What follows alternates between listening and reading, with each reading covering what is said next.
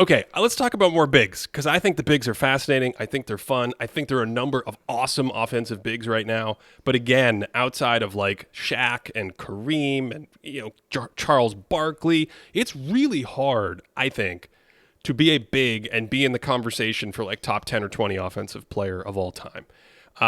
The next big I want to talk about is Karl-Anthony Towns. Number 9 on my list, right above.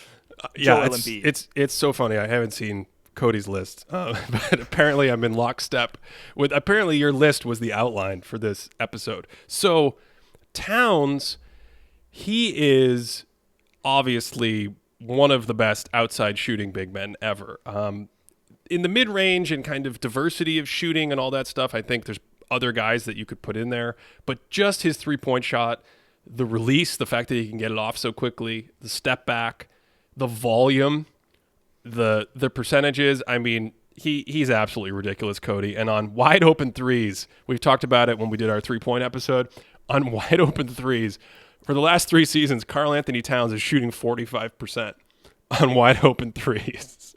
And I think what makes him particularly tough, we may have talked about it on the shooting episode, but when he's popping or trailing a play, like it kind of doesn't matter who's defending him. Right? Like you really can't contest a Towns shot. I think the thing that really helps, he's huge, so when he shoots, his release point's really high.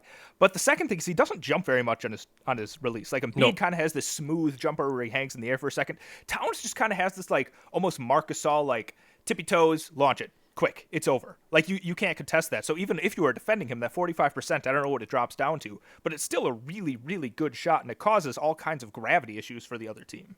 I think I alluded to this with Embiid in terms of fit, and I don't think it's poor per se, but I like Towns just a little bit more in terms of another piece, and you almost see that in what's going on in Minnesota this season, where they've really turned a corner offensively, and you have a blend of shooters and slashers and passers, and Towns is shooting, and then if you go to a post touch with Towns, he can make a quick move or hit a cutter, does so much on the outside, and so he is someone who can create some offense. He can play off the ball. He can be a primary focal point in some possessions. His volume is a little lower, but his efficiency is fantastic this season. 27 points per 75 on plus 8% true shooting, which is fantastic. And just to compare that to Embiid is plus 4% true shooting.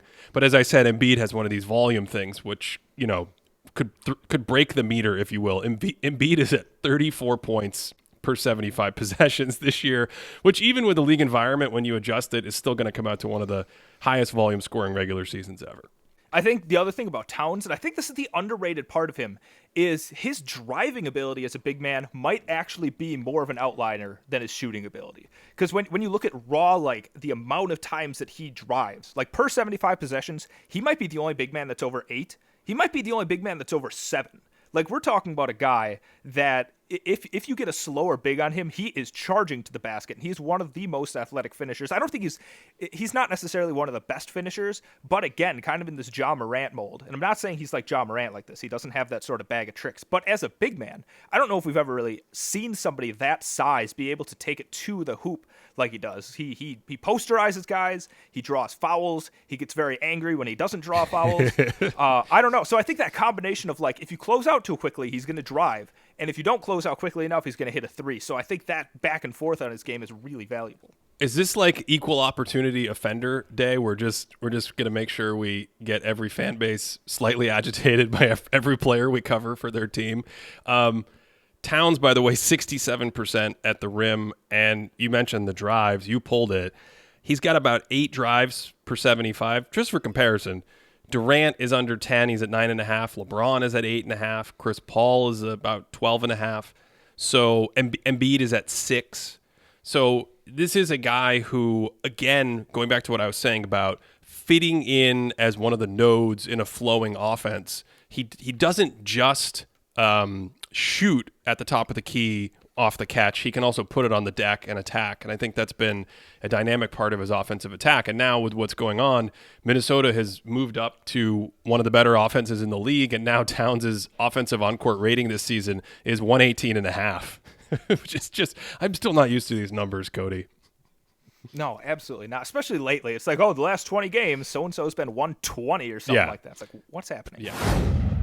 Thanks for listening. You can find the full episode of this Thinking Basketball podcast on Apple Podcasts, Stitcher, Spotify, or wherever you enjoy podcasts.